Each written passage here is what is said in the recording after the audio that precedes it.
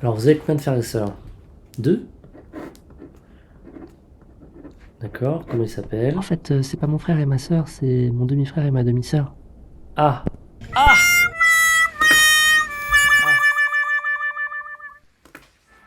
Pas si facile de dessiner un arbre généalogique. Alors, je suis Kevin Yoy, je suis médecin généticien et aujourd'hui, on va essayer de voir ensemble comment éviter les erreurs communes quand on décide un arbre généalogique en génétique médicale.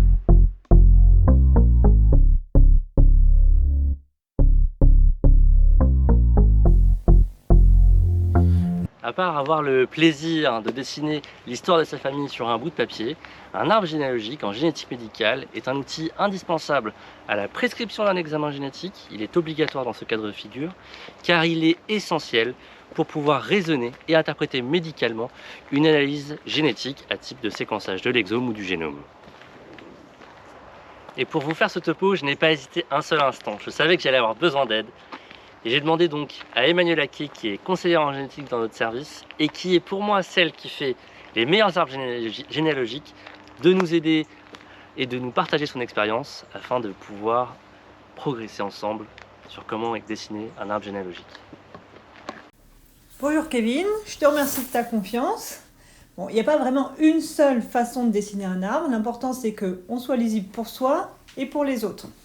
Personnellement, bon, d'habitude c'est sur du papier, mais là je vais m'appliquer. Ce que j'aime bien, c'est dessiner mon petit couple tout en bas de la feuille. Donc les carrés, c'est les garçons, les ronds, c'est les filles. Et pour être bien lisible, je sépare les générations. L'avantage, c'est qu'on a plein de place pour les autres apparentés. Le désavantage, c'est que toutes les générations ne sont pas ensemble. Donc je remonte les parents du monsieur et pareil pour sa conjointe. Et ainsi, s'ils ont, pardon, je déplace, s'il y a beaucoup d'oncles et de tantes et de cousins, j'ai plein de place pour faire des remarques sur les cousins-cousines. Et pour mon couple, j'aurai aussi de la place pour parler de leurs enfants, pour parler de leurs frères et sœurs, pour parler de leurs neveux et nièces.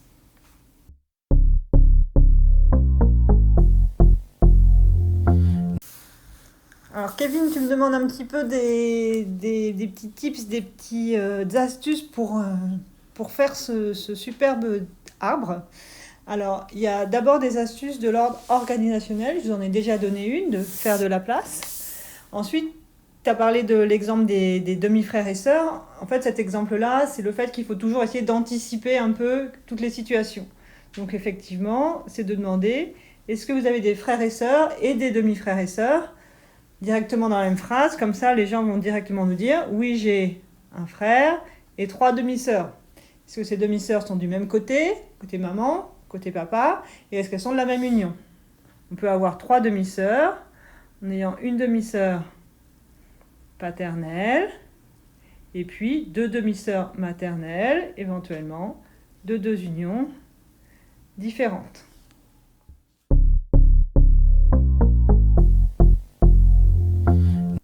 Le deuxième type d'erreur, qui pour moi est celui sur lequel il faut être le plus vigilant, c'est sur les mots que l'on choisit, et c'est éviter toute situation qui va mettre ou mal à l'aise le consultant, voire nous-mêmes aussi.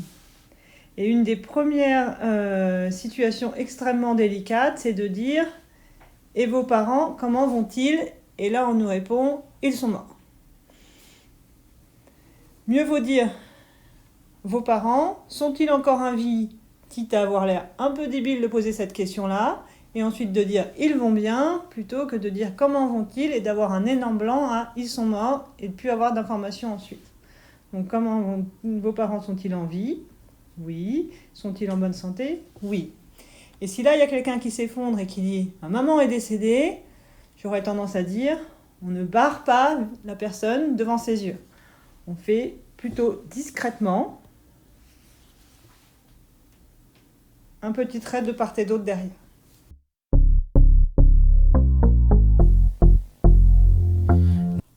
Alors on repart sur un petit peu de pratico-pratique. On va nous parler de tout un tas de maladies que l'oncle a, le petit cousin, etc.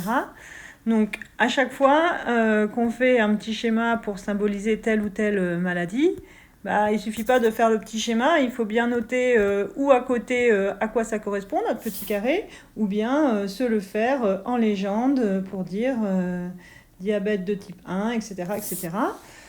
Et puis faire attention à ne pas utiliser deux fois le même symbole qu'on a déjà utilisé parce qu'on a déjà eu 5 ou 6 maladies qui sont apparues dans la famille et dont on a souhaité noter l'information.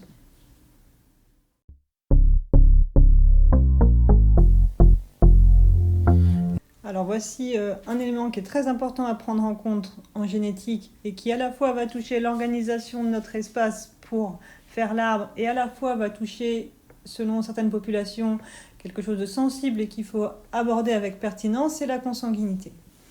Donc la question, c'est est-ce que mon petit couple qui vient me voir, les petites flèches là, c'est pour dire qu'ils sont là en consultation, est-ce que mon petit couple ici aurait un lien entre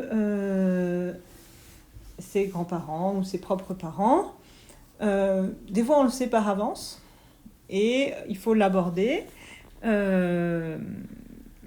Façon la plus simple, c'est quand on arrive ici à faire les parents, c'est de dire est-ce qu'il existe un lien entre vos familles? Et souvent, un lien entre vos familles, ça passe mieux que est-ce qu'il y a de la consanguinité dans la famille ou est-ce que vos parents sont cousins? Et là, on va nous dire oui, mes parents, nos parents, oui, il y a un lien entre nous. Et on va dire quel est le lien? Et par exemple, est-ce qu'on est cousins? Est-ce que c'est le père de madame avec la mère de monsieur? Et là, l'astuce, c'est de l'avoir demandé avant pour pouvoir un petit peu jouer sur l'organisation de la feuille. Et si c'est la mère de monsieur qui est l'un des frères du père de madame, on les met ensemble au milieu. Comme ça, on va pouvoir dessiner leurs autres frères et sœurs et les cousins, cousines qu'ils auront en commun pour se concentrer sur cette partie-là, puisque c'est dans cette partie-là qu'on a potentiellement des gènes en commun et un risque de maladie récessive. Donc on double ici la barre pour la descendance de notre couple.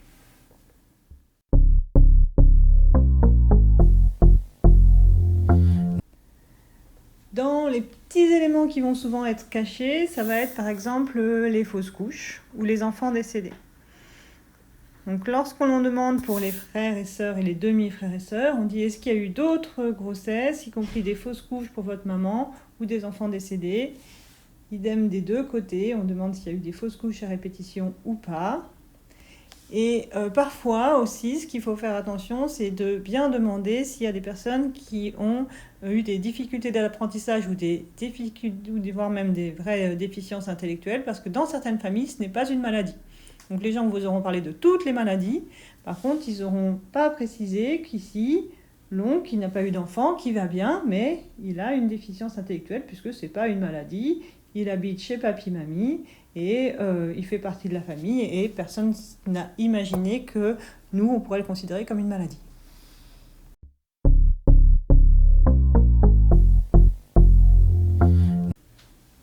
Donc là, j'ai commencé une situation où on reçoit uniquement la femme en consultation, son conjoint n'a pas pu venir. On peut faire l'arbre avec la conjointe. Selon les situations, ce sera plus ou moins précis. Dans tous les cas, dès qu'on voit le conjoint, ça vaut le coup de reposer des questions parce que très vite, on va connaître potentiellement un peu les oncles et tantes, mais on n'aura jamais vraiment les antécédents médicaux, familiaux, en dehors de la sœur et éventuellement des beaux-parents. Donc, ça, c'est important de le reprendre dès qu'on peut ou d'encourager la personne à se renseigner plus en avant.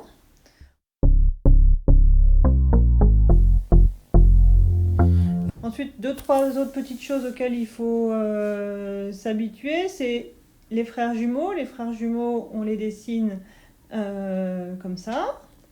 Et puis, les frères jumeaux là, de la dame, ils peuvent être vrais jumeaux, comme on dit, monozygotes, et on va mettre un trait en plus pour signifier qu'ils ont exactement le même patrimoine génétique.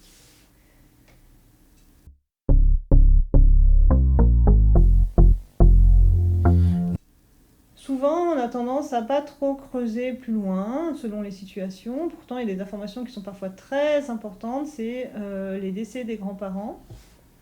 Les décès des grands-parents, évidemment, s'ils sont décédés de mort naturelle, c'est pas pareil que si le grand-père il est décédé à 40 ans et qu'on lui avait posé un pacemaker 5 ans avant. Si le père là est décédé d'un accident, va peut-être falloir quand même qu'on se soucie un petit peu de problèmes cardiologiques éventuels dans la famille.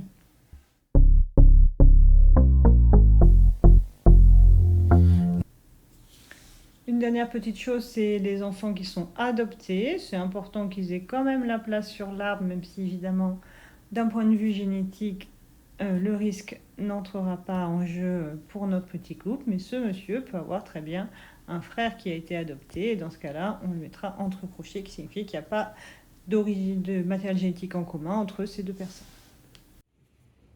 En conclusion, pour moi l'arbre généalogique c'est un moment extrêmement intense parce qu'on en apprend beaucoup sur les personnes qui viennent nous voir et c'est quelque chose qui n'a pas du tout à prendre à la légère, non seulement pour le contenu de l'information génétique qu'on va recevoir, mais pour la relation avec le patient parce que ça peut être un moment où on va se recroqueviller complètement ou au contraire où une complicité va s'installer avec lui qui va pouvoir être durable pour toute la confiance dans sa prise en charge.